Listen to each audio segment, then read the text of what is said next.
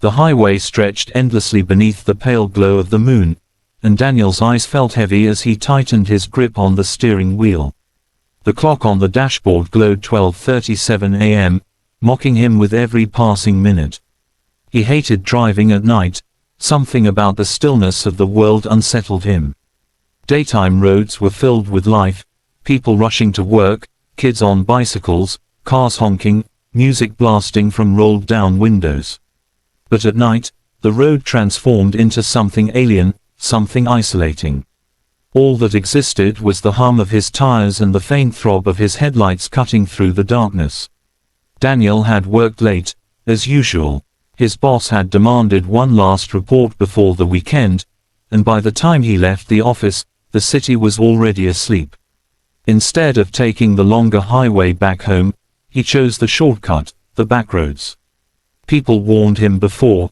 These roads were narrow, empty, and cloaked by woods on either side. They whispered of accidents, strange sightings, and drivers swearing never to take this path again. Daniel brushed it off as superstition. To him, time mattered more than eerie tales. If this road cut 30 minutes from his journey, it was worth the risk. The deeper he drove, the more the silence pressed against his ears. The woods were dense and unforgiving, trees leaning over as if to guard secrets. Their branches clawed at the sky, reaching across like skeletal arms ready to snatch whatever passed beneath. Occasionally, the headlights revealed small animals darting across, rabbits, maybe, or stray dogs.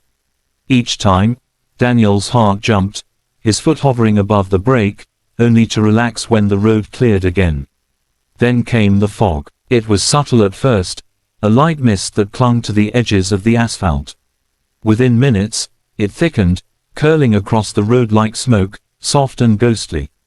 Daniel leaned forward, squinting through the windshield, slowing just enough to keep control. His hands ached from gripping the wheel too hard. The car felt like a fragile bubble moving through a sea of shadows. That was when he saw it. At first, it was just a blur in the fog. A faint shape on the shoulder of the road, unmoving. Daniel's stomach dropped. As he drew closer, the blur sharpened into the figure of a person. His headlights cast long beams across the asphalt, illuminating what appeared to be someone walking alone. They were dressed in white, loose fabric flowing in the breeze, though the night was still. Their head was bowed, chin pressed to chest, arms hanging limply at their sides. Bare feet moved slowly against the gravel shoulder, step after step, as if following an unseen rhythm. A chill slithered down Daniel's spine. Who would be out here at this hour? And barefoot. His instincts screamed at him not to stop, but his foot betrayed him, pressing lightly on the brake until the car slowed. Curiosity was dangerous, he knew, but it clawed at him anyway. He rolled forward, inch by inch, his headlights now fully illuminating the figure. The fabric shimmered slightly, too pale, almost translucent. His throat went dry. His window was rolled up, and he didn't dare lower it. Instead, he kept his eyes on the figure as the car crept past. For a brief moment, he thought he caught sight of the face, pale, featureless, like blurred skin in a photograph. Daniel's heart pounded as he passed them. His first instinct was to check his rearview mirror, to see if they were still walking. He glanced back, only to find the road empty. Completely empty. There was no one there. His breath caught in his chest. He blinked rapidly, rubbed his eyes, and looked again. The figure was gone. The shoulder was bare gravel, nothing but mist and darkness. The road behind stretched endlessly, untouched. It was as if the figure had never existed. A cold sweat broke out along his neck. He pressed his foot hard on the gas, forcing the car to pick up speed.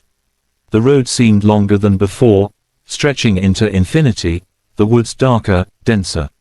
Each shadow along the roadside now seemed to twitch, as though waiting for him to glance away. His knuckles turned white on the wheel. Logic battled fear in his mind. Maybe he had imagined it. Maybe fatigue was messing with his vision. Long hours, stress, lack of sleep, they could all play tricks. He tried to steady his breathing, repeating the thought over and over, It wasn't real. It wasn't real, but deep down, he couldn't shake the truth his body already knew. He hadn't imagined it, the figure had been there. He saw it, he felt it, and somehow, it had vanished. And for the first time on that lonely road, Daniel realized he wasn't as alone as he thought. Daniel's chest tightened as the car surged forward, carrying him deeper into the lonely stretch of road. The steering wheel vibrated faintly beneath his hands, but it wasn't the car he was focused on, it was the silence pressing in from all sides. The woods seemed alive now, their branches bending unnaturally, casting long shadows across the fog. Every turn of the road felt like a trap waiting to spring, every patch of mist like a veil hiding something that shouldn't be there. He reached for the radio, desperate for some kind of distraction, some sound other than the steady thud of his heartbeat. The speakers crackled to life, but instead of music, he was met with static. At first, it was tolerable, white noise, broken only by the occasional hiss. But then, beneath the static, he began to hear something else. Faint, indistinct, it sounded like whispers, voices buried too deep to understand. He twisted the dial frantically, searching for a clear channel, but every frequency brought the same hushed murmurs. He leaned closer, straining to catch a word, a phrase, but the harder he listened, the more unnerving it became. The whispers weren't speaking to him. They were speaking about him. He didn't know how, but he could feel it. With a sharp breath, Daniel switched the radio off, plunging the car back into silence. Only this time, the silence wasn't comforting, it was suffocating. His palms were slick with sweat, and he wiped them on his jeans one at a time, trying to keep control. His thoughts ran wild. What if the figure he'd seen was real? What if something had gotten into his car? He dared not look at the backseat in the rearview mirror, terrified of what he might find staring back at him. The road stretched on, winding deeper into the woods. His headlights cut through the fog, but visibility was still poor. He kept telling himself he was almost through, that this backroad would reconnect to the main highway soon. Just a few more miles. Just a few more minutes. That was when he saw it, a shape up ahead, breaking the monotony of the empty road. His heart sank. A car sat on the shoulder, its hazard lights dim, flickering weakly like a dying pulse. Smoke, or perhaps mist, clung to its hood, and next to it stood a woman. She was waving frantically, her arms slicing through the fog in sharp, desperate motions. Daniel's first instinct was to keep driving. After what he'd just seen, every warning bell in his body told him not to stop. But his conscience wrestled against his fear. What if she really needed help? What if she'd been stranded out here for hours? The thought of leaving someone in danger gnawed at him. Against his better judgment, he slowed the car and pulled over just a few feet away. He rolled his window down halfway, keeping his guard up. "Are you okay?" he called out, his voice shaky. The woman stepped closer. Her face was pale, unnaturally so, as though all the color had been drained from her skin. Her eyes were wide, too wide, and fixed directly on him. They didn't blink, didn't move. Her clothes were outdated, simple, almost old-fashioned, and they hung loosely from her thin frame. "Please," she whispered, her voice barely audible above the idling engine. "They won't let me leave." Daniel's blood ran cold. "What? Who won't let you leave?" he asked, his throat dry, gripping the steering wheel tighter. But the moment he blinked, she was gone. Just gone. 1 second she was there, and the next, the space beside the car was empty. The only thing remaining was the vehicle itself, but now it looked different. His headlights revealed not a modern, broken-down car, but a rusted shell, its frame corroded with age, its windows shattered. The tires were flat, shredded into the ground as though it hadn't moved in decades. Daniel gasped, jerking his car into drive. Gravel spat out beneath his tires as he sped forward, heart hammering against his ribs. His chest heaved, and panic gripped him so tightly it hurt to breathe. As the empty road swallowed him once more, Daniel couldn't shake the image of the woman's wide, unblinking eyes, or her final words, echoing through his mind like a curse.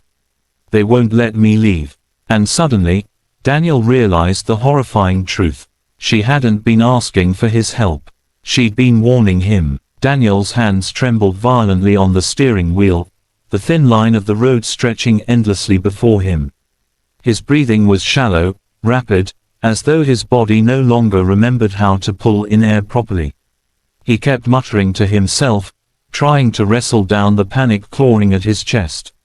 "It's not real. It's not real. Just keep driving." But the words were powerless against the dread that had settled deep inside him. The forest on either side had grown impossibly thick, pressing closer as though the trees themselves leaned toward the road, eavesdropping. His headlights swung across gnarled trunks and twisted branches, and every time, Daniel swore he saw movement, figures darting between trees, shapes shifting just outside the reach of the light.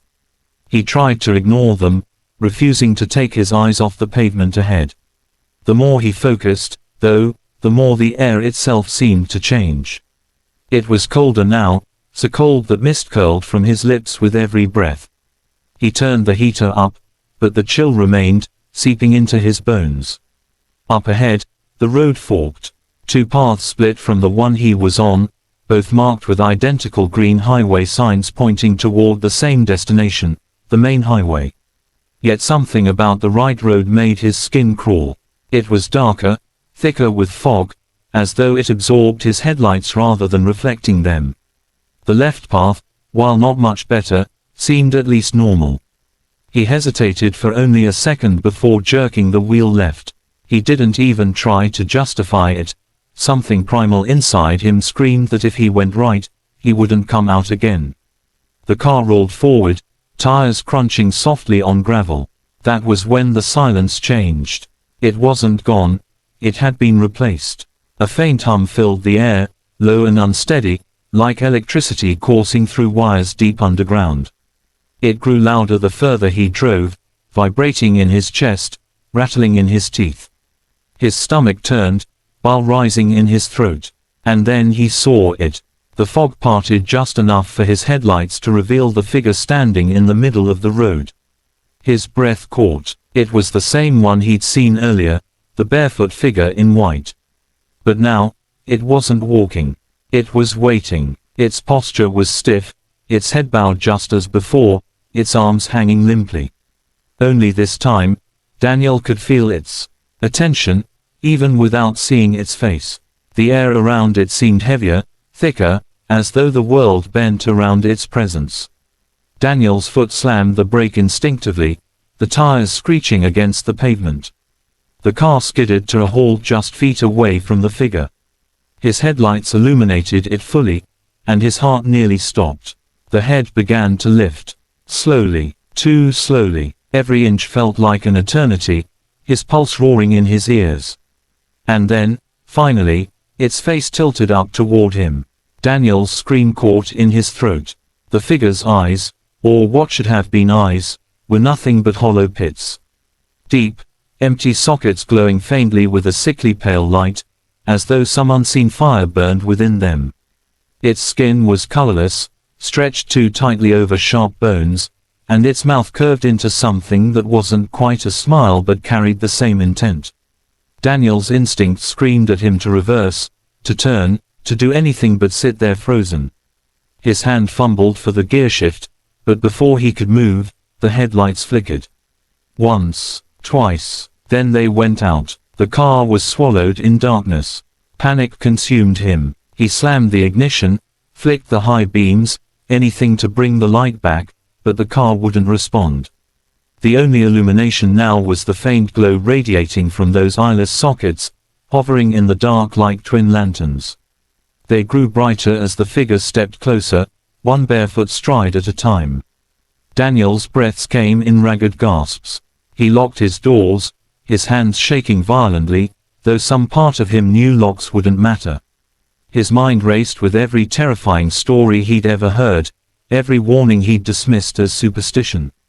The whispers on the radio, the woman by the rusted car, the figure that had vanished, they weren't accidents.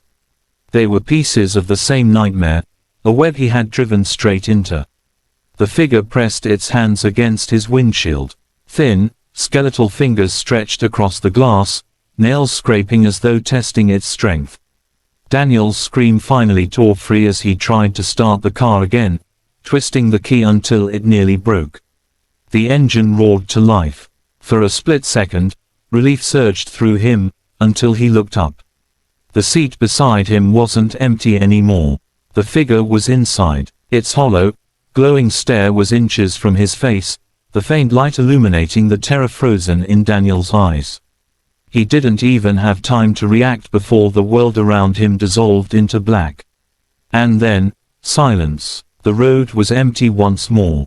The car gone. The night undisturbed, as though Daniel had never been there at all.